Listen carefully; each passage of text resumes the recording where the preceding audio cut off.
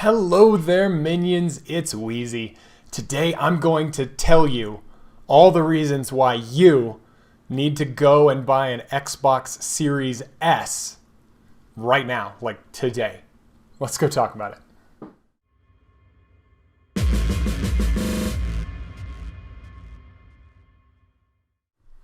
All right, minions. Let's start out by saying the number one reason why you should go and get an Xbox Series S right now if you don't have a Series X is because you can get one right now.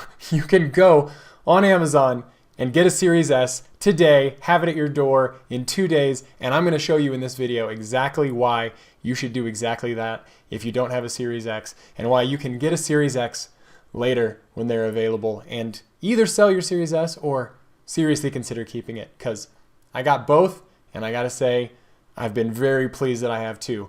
Okay, so I can hear your objections right now because they were the same as mine. I got the Series S kind of as an idea that there would be some scarcity. I might be able to resell it for a profit. I ended up keeping it.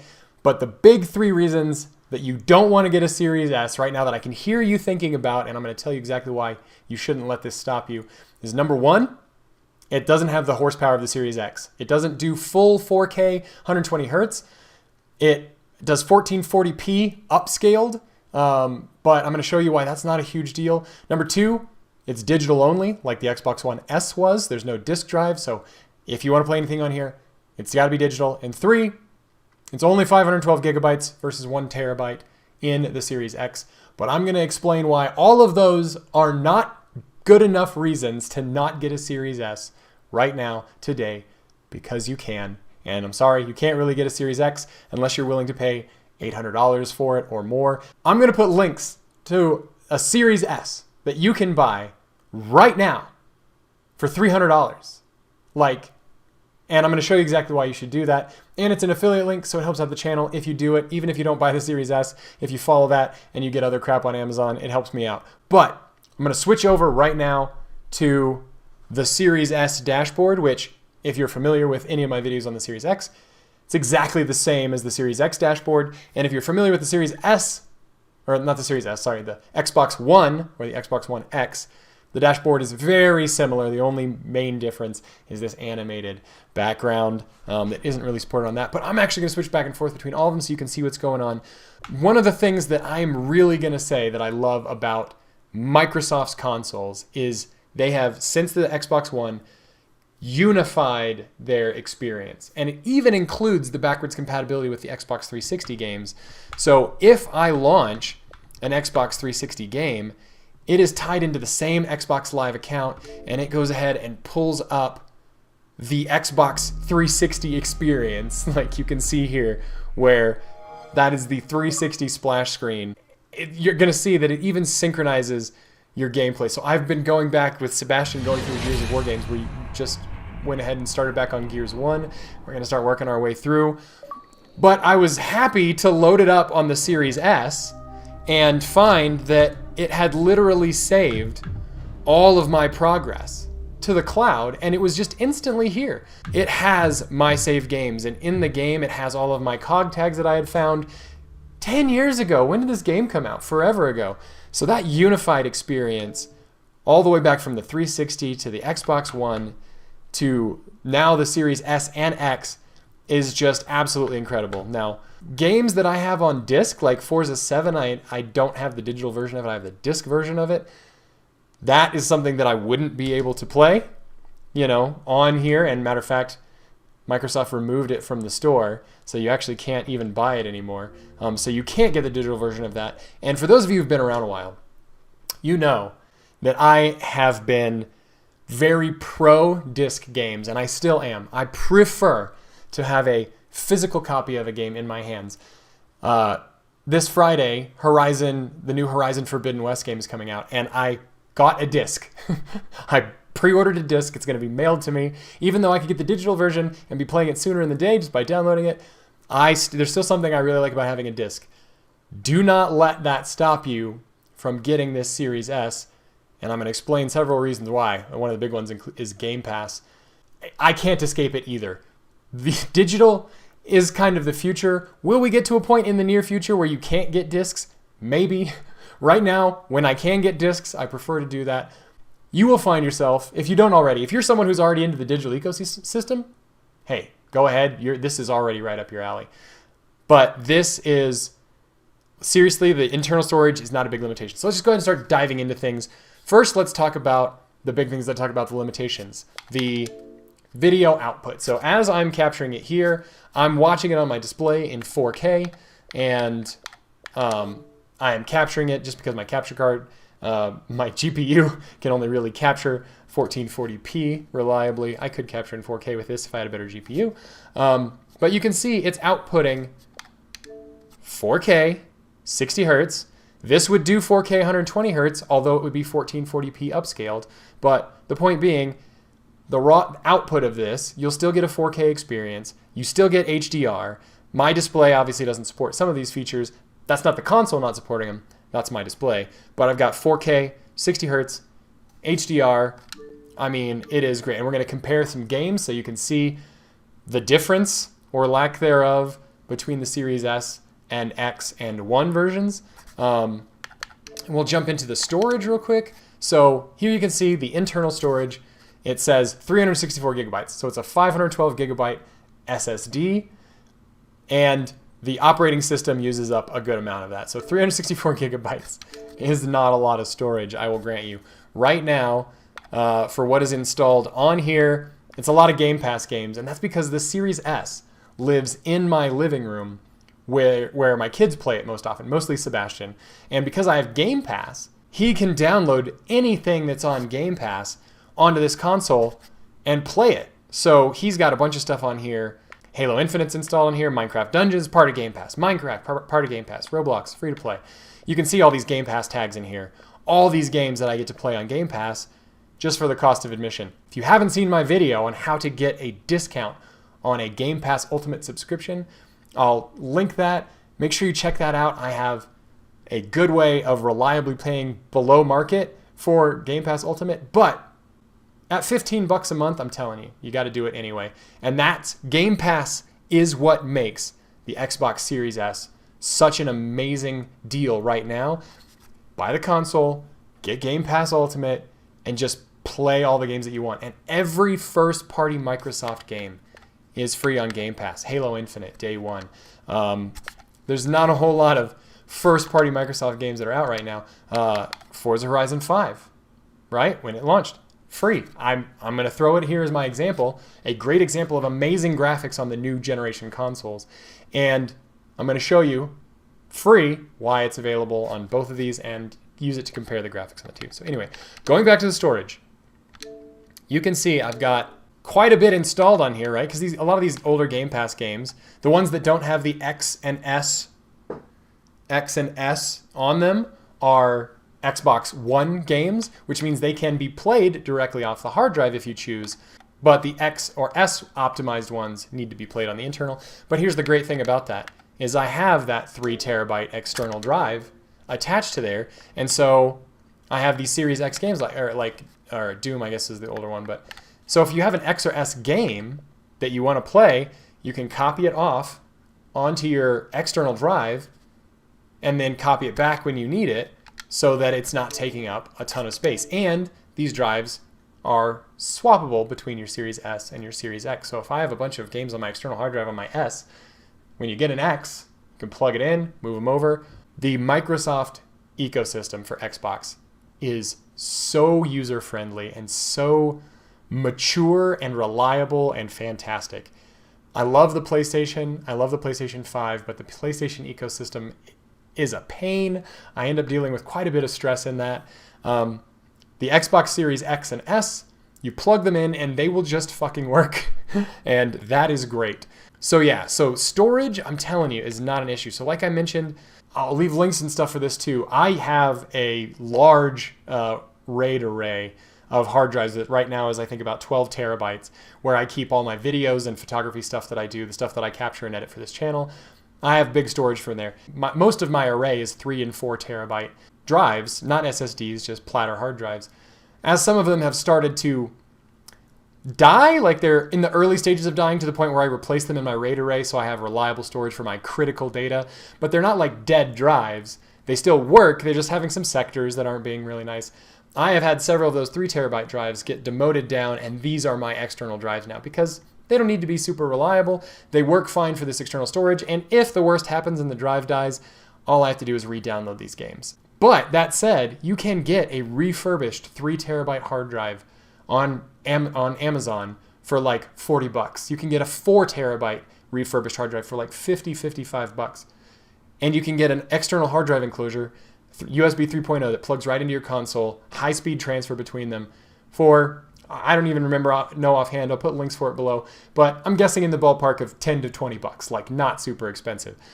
So you're talking about for about $60 to $80, a 3 terabyte expansion to the Series S. And for games on Game Pass that are not Series X or S games, you can play them straight off that hard drive. That's just built-in storage versus paying the $120 or whatever it is for a 1 terabyte SSD expansion that will, stream the new generation games straight off of it.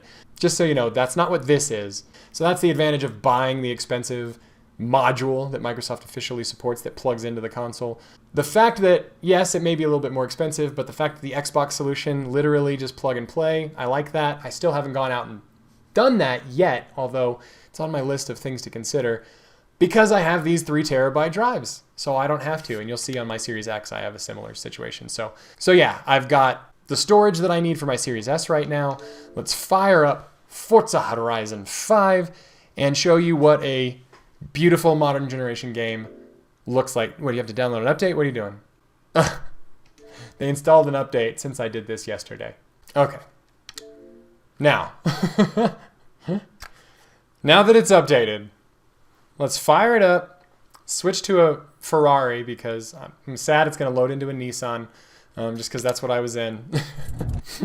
But let's hop in a Ferrari, go for a little drive, show you what the graphics and the performance is like on the Series S, and then switch over to the Series X on the same game, and I'm going to show you how effortlessly it switches over. It even syncs your save progress.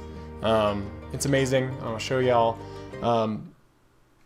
It's syncing now from wherever I played it last, which may have been on the X when I was setting it up yesterday.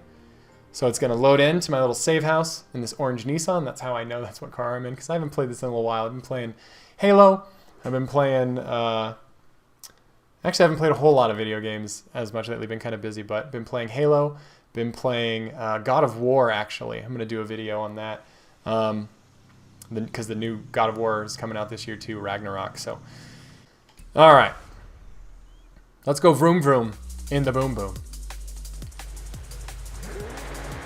So yeah, this, oh my god, even look, it's the Series S. It's so gorgeous.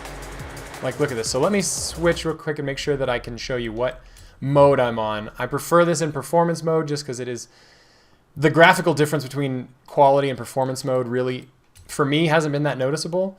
Oh, it's in quality right now. So let's do performance just because the higher frame rate is better. Oh, you have to restart. Okay, it's got to restart the engine to do that. You can see some of the reflections maybe aren't as crisp with the rain on the car maybe as it was in quality mode. I'm playing with the audio off so I don't get any echo, and I don't want to put my headphones on right now. But yeah, I'm just going to cruise around a little bit.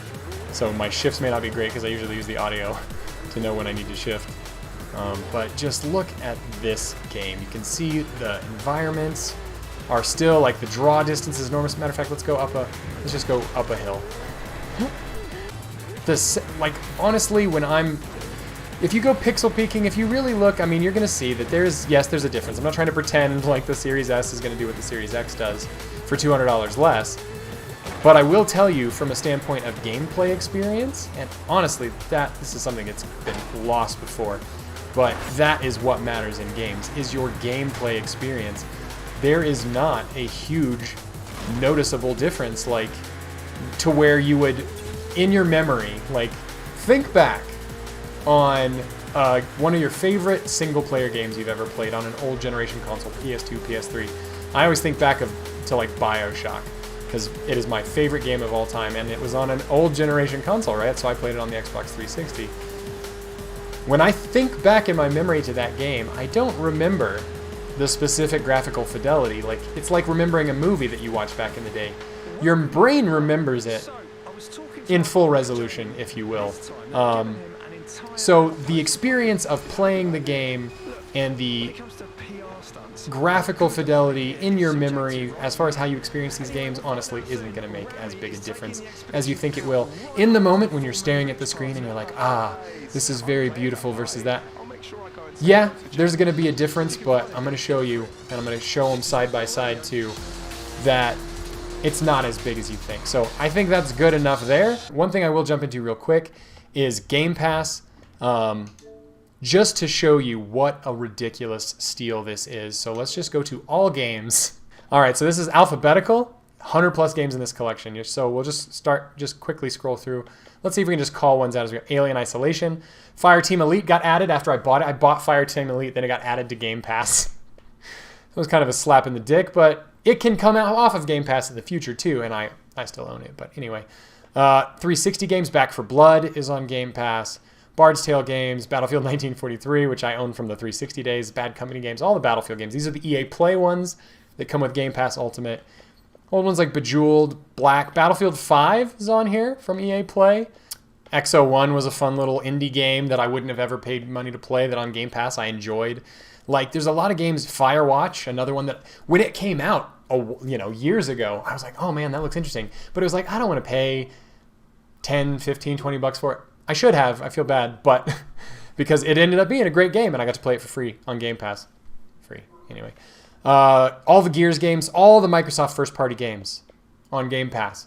All the Halo games on Game Pass. When a new Gears comes out, it's going to be on Game Pass day one, and it's going to be here where you can play it. No Man's Sky is on here. My son has been playing a bunch of games on here that he loves. Astroneer, he's been playing a ton of.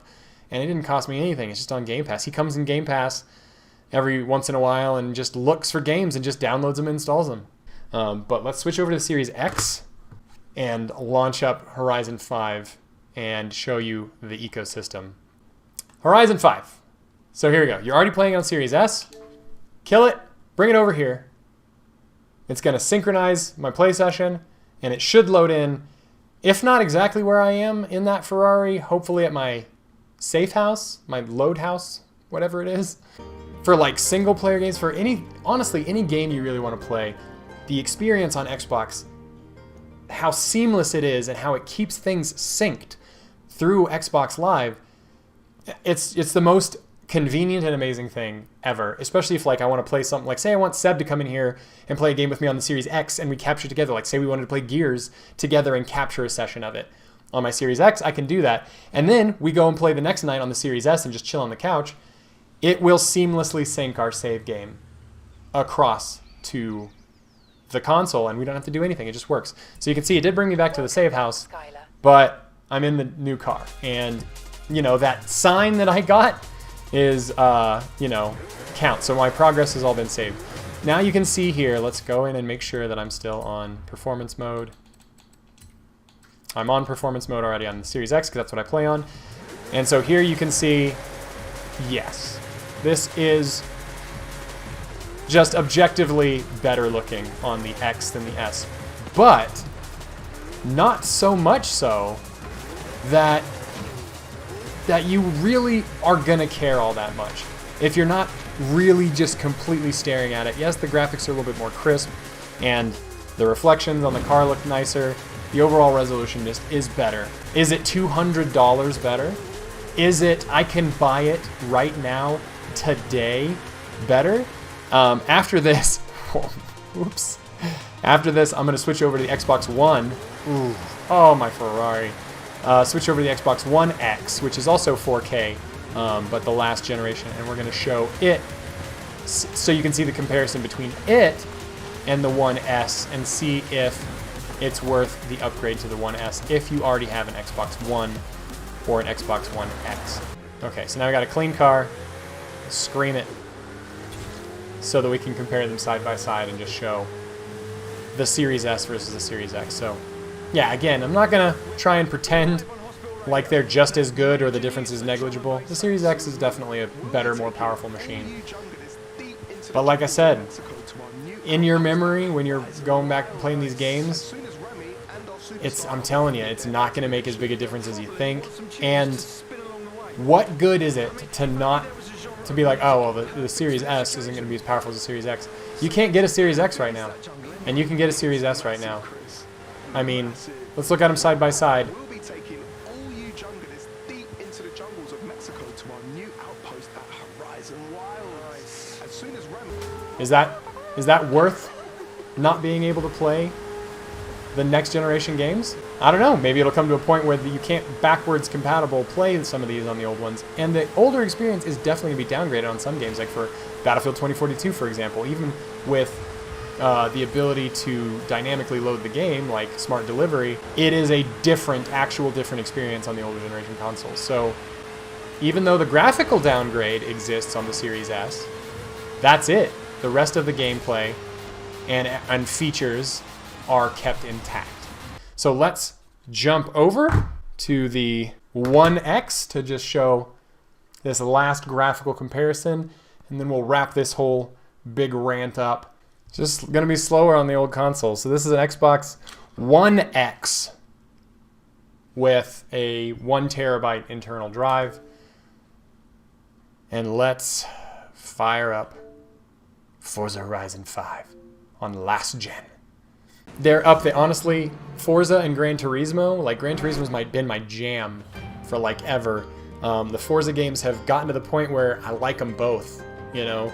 So Forza, when it comes to the Xbox, Halo, Forza, Gears of War, like those are the big ones that jump into my mind as the big Xbox games that I really like having access to, as far as one console generation for the other. For the cross-platform ones, you know, obviously not nearly as important. Although I've got to say, for the PS5, the DualSense controller is literally a game changer. I mean, there have been games that are cross-platform I buy for the PS5, even though I like the Xbox ecosystem better, because the DualSense controller is literally a game changer. I mean, the haptic feedback alone is worth it. The adaptive triggers, it's just, I'm super excited for the new Horizon game coming out on Friday. Oh my god. So the Xbox One X has a platter hard drive, a 1 terabyte hard drive, and it's probably a 6400 RPM laptop drive, let's be honest. It's probably not a full-size 7200 RPM desktop drive in there. Oh my god, this is so much slower. Oh my god, it's still loading. Get a Series S already. Seriously? Get a Series S. Why wouldn't you? $300. Get a Series S. Still, okay, still waiting. Oh,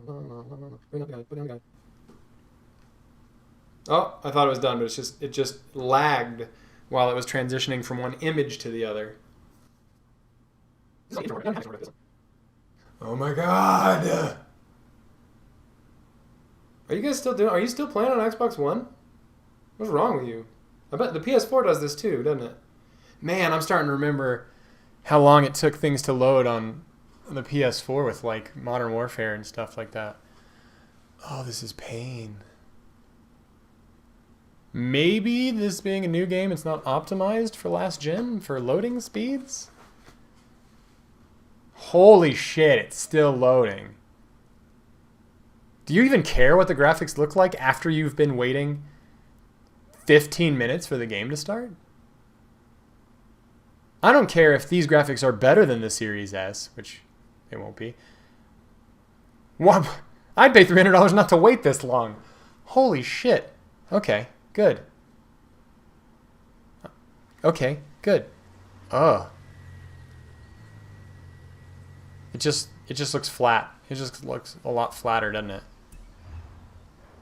Oh my god, I swear. If this is... I don't know if there's a quality mode versus a performance mode on this, but I'm not switching. Because if it has to reload, I'm gonna kill myself. Hold on, let's look. Oh, ooh, man, that is noticeably worse. Where's the... Oh, it hasn't even loaded yet. Hold on. I'm trying to bring up the menu. Why can't I even bring up the menu?